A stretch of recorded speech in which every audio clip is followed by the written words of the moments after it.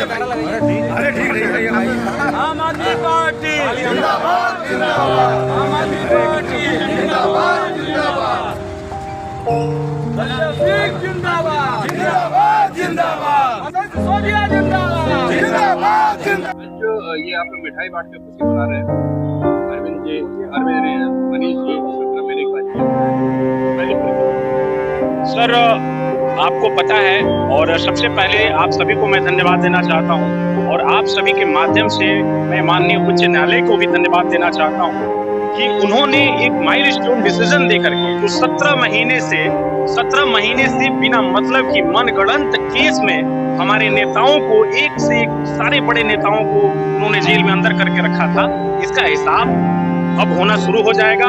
और आपको बता दूं कि आज ही से ये बिगुल फूंक गया है कि आने वाले दिल्ली के चुनाव में इनकी इतनी बुरी तरह से जमानत जब्त होने वाली है जिसका ये खेल देखेंगे। और आपको बता दूं, आपके माध्यम से मैं एक बार और बताना चाहता हूं कि जैसे जैसे जो ये खेल शुरू किए थे कि बजट जब पास होता है तो बजट के 83 मिनट के भाषण में 71 बार थपथपाई जाती है, मेज थपथपाए जाते हैं, उसके बाद भी देश के जो जनता है, देश की जनता है, हमारे एम्प्लॉय है, हमारे किसान है, हमारे छात्र हैं, किसी के लिए कुछ भी नहीं मिलता है।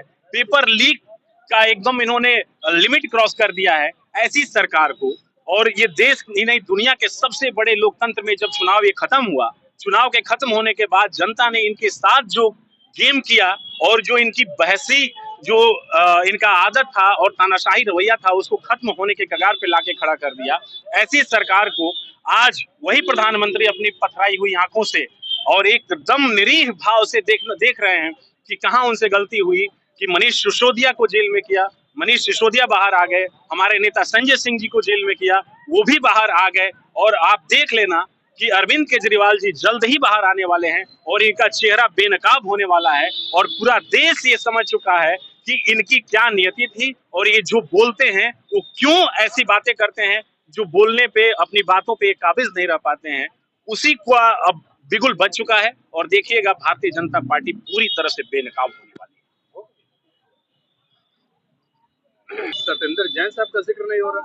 देखिए, सत्येंद्र जैन जी हो, अरविंद केजरीवाल जी हो, संजय सिंह जी हो, मनीष सिसोदिया जी हो या इंडिया गठबंधन का कोई भी नेता हो, सबका जिक्र है, सबके लिए मन में तकलीफ है।